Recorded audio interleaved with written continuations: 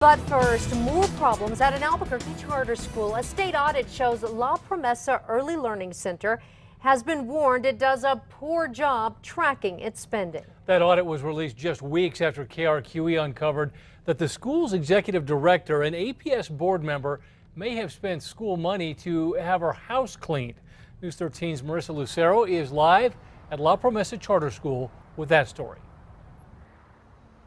Dean, Jess, the audit takes a look at 59 charter schools across the state. It says many of them are at risk for fraud, including La Promesa.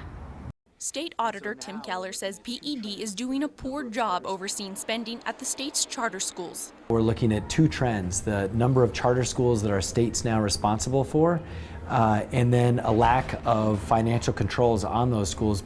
One of the schools is La Promesa Early Learning Center. You may remember the school from a story News 13 did in February. The Public Education Department launched an investigation into the school's executive director, Ana Lee Maestas, over concerns that she may have doctored a receipt to cover up using school money to pay for a cleaning job at her house. Even before this incident, State Auditor Tim Keller says the school and PED were both aware of the purchasing issues at La Promesa. We weren't, and I think we've already taken action. We've contacted the school, we've looked at those things. What I'm more concerned about is that the auditors had this audit since December the 1st and has sat on that information till today. The audit found that La Promesa repeatedly created purchase orders after the vendor had filed an invoice.